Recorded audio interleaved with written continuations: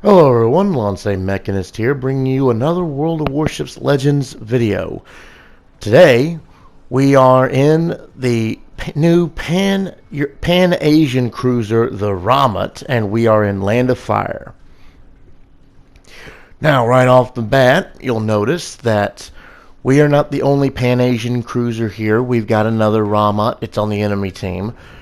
We got 2 destroyers, no carriers. They've got 3 cruisers and four battleships for both sides, 2 destroyers, no carriers. Alrighty, so quick rundown on the Rahmut. It is basically a British Dido class light cruiser that has been, reassigned to the Pan-Asian area because, it was apparently there was supposed to be one sent over to the to the Republic of China back when the Chinese Civil War was still going on. Anyway, first things first, we're going to go ahead and hit full speed ahead, get into the center cap, the B cap. I thought that our destroyer and battleship with me was going to follow me in, but, well, sometimes teammates disappoint you like that sometimes. So, I am actually going to wind up getting the solo cap for this particular capture. But the first things first, well, I said that already. But what we're going to try and do, I'm going to try and wedge myself here a little bit. That way I'm shielded from one side, and the other side I can fire if need be. Little bump into the island, a little tactical beaching. Slow me down a little bit. Just sit in the cap, wait until we capture it, and then just, sit like a potato for a little bit before we actually get to moving again. Because I was certain that as soon as I captured the center, something, or somebody was going to be coming into the center cap for a fight. I was wrong. But, the reason that this match, I don't really upload potato matches. I upload real good matches or interesting matches. This is going to turn into one of those interesting ones. So you can see there we get the solo cap, and our Aoba, points out the Nuremberg. So I smoke up, as you do in a Pan-Asian cruiser, and I start firing, but oh my lord, the hang time of those shells is painful. It is borderline painful to see how slow those shells just arc and then drop. Let's see. The Nuremberg disappears behind the island. At that moment, our Makarov gets first blood, takes out the Dallas over on our left position.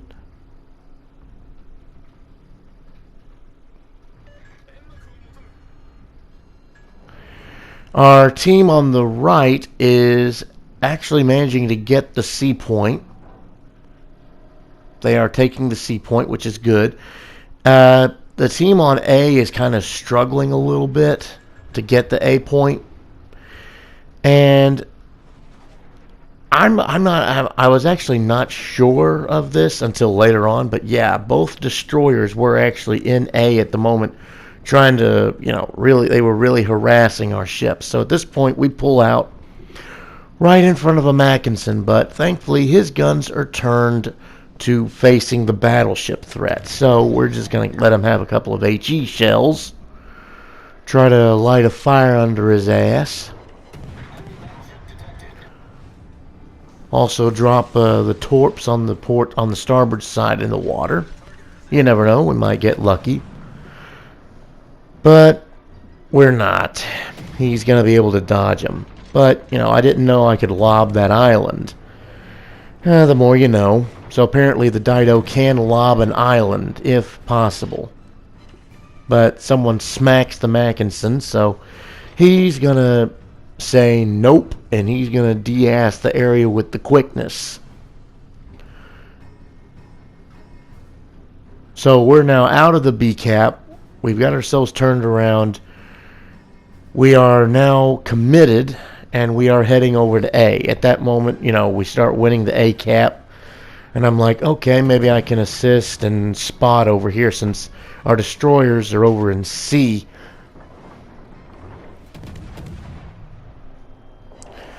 And I managed to start getting some good hits on the Mackinson, but, bit of a rookie move. I let myself get distracted by a destroyer, the Aegil, which is apparently dropping smoke to try and cover the Mackinson. Instead of I say I get distracted, but well, yeah, I do. I switch fire over to the Aegil because I'm thinking that the Mackinson's going to be out of my range. I fire off a salvo at the Aegil, but I don't think I hit anything. Yeah, all those shells basically missed. And thanks to the hang time of the shells, the Mackinson manages to get away. Yeah, it happens. So over here we've got a New Mexico that is apparently he's just sitting there.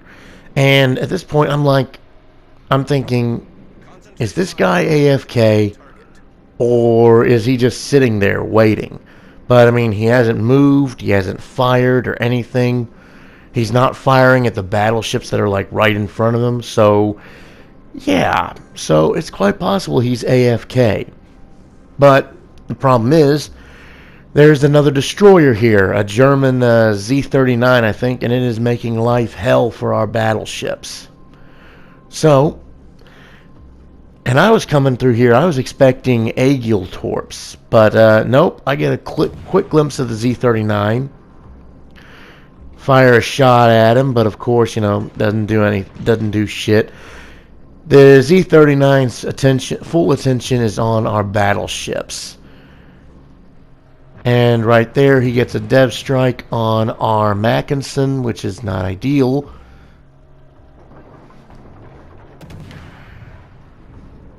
I'm firing at the New Mexico. I noticed that someone looked at me, probably the Z-39. Now I got two ships looking at me. So, what I'm going to do is, I'm pretty sure the Z-39 is on the opposite side of this island. And right there is the whole enemy, basically what is left of the whole enemy fleet. So I'm going to do a quick left turn. If he's AFK, he ain't going to be able to dodge. So I just drop some torps in there. Pop a smoke. Well, as soon as I'm pretty sure. As soon as the incoming fire starts getting annoying, then I pop smoke. Yep, pop a smoke here. And of course the Z-39, he's going to try and see if he can't torp me. So he dumps both of his racks there. I managed to slow down, get turned in. We've got a Scharnhorst navigating the outside of the map. He's trying to do something with the New Mexico. But one of my torps is going to get there before him, and I get the kill on the New Mexico, which, of course, he was AFK. Who'd have thought it? So now I'm sonared by the German destroyer, so he knows where I am. This is the downside of the Pan-Asian cruisers. You've got very good AA, as the aggro AA is there. You've got smoke, but you do not have sonar or radar to detect anything. So your detection is shit, basically. Well, so I know the DD's here somewhere. He's probably squirreling around the island, trying to get a good spread on me. At this point, I detect him. I see him there. I slam on my brakes, turn in, and lo and behold, we know the torpedoes are coming, and he's dumped both racks again. At this point, he's like, oh shit. He throws his engines in a full reverse, trying to get away. I point him out for the Scharnhorst, but Scharnhorst I don't think really does anything other than fire a broadside at him. He's like, he's your problem now. You deal with him. And lo and behold, that's exactly what I do with him. I'm dealing with him. He's trying to smoke up, trying to hide, but too late, buddy boy. You gone. And okay, it was a T-61. Okay, I thought it was a Z-39, but it was a T-61. My bad. So, we still got 4 ships left, and the enemy's got 5. So I'm thinking, okay, we might actually go ahead and win this. I mean, we got the points lead, so really we just need to hold on. I mean, we got all 3 caps. But yeah, I was not anticipating things to do a complete U-turn here. So I'm here firing at the Nuremberg, and let's see. There's the Aegil. I spot the Aegil. I pull him out for the Scharnhorst, but sadly, we wind up losing. Let's see. So we got a destroyer, 2 battleships, and of course me left. And of course, I was expecting Aegil torps, so I smoked up. Synop takes out our Andrew Doria, and Aegil is smoking up, and I led him too much, and then I start pulling forward, because again, like I said, I was expecting Aegil. I was expecting British torps to come flying my way. But that never happened. Apparently, the Aegil is focused on our Scharnhorst, which is over there.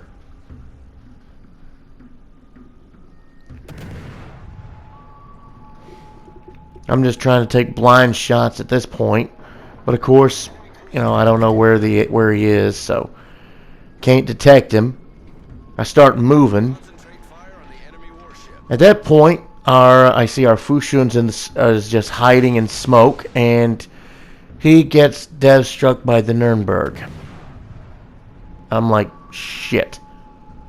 And you'll notice we are still just a hair's breadth away from winning, but it's down to the 2 of us. I call to retreat, and our Scharnhorst does not make it in time. He gets burned down by the Aegil. No, he gets shelled by the Aegil. So, yeah, I'm the last man standing. What fun. And of course, I ain't got no smokes left. The only thing I can do is lay that hammer down and haul ass to try and get out of there. I mean, we've still got the cap advantage, we've got the points advantage. If I can survive long enough, then we can definitely pull this one out. I just got to get out of open water, which is exactly what I do. I duck behind this island.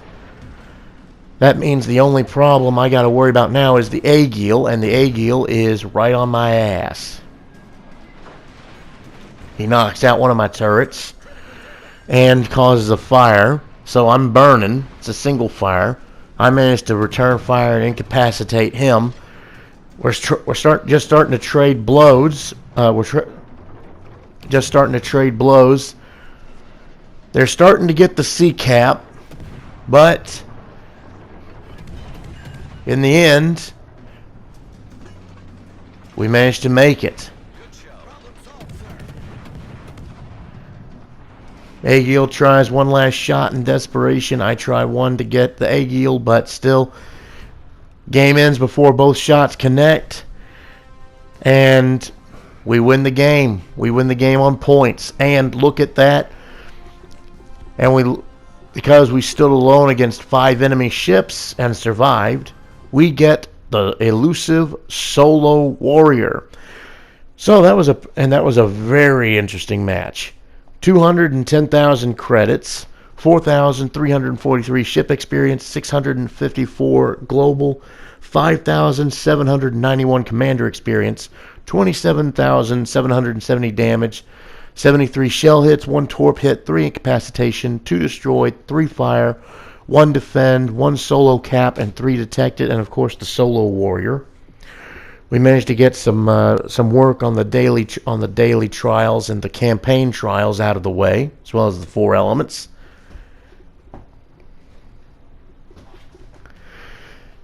Yeah, at this point I was kind of laughing at myself because I was like, I did not expect this match to go like that.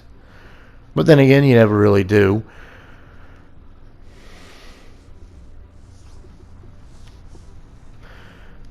But yeah, top of the leaderboard, 2 kills, 1930 base experience.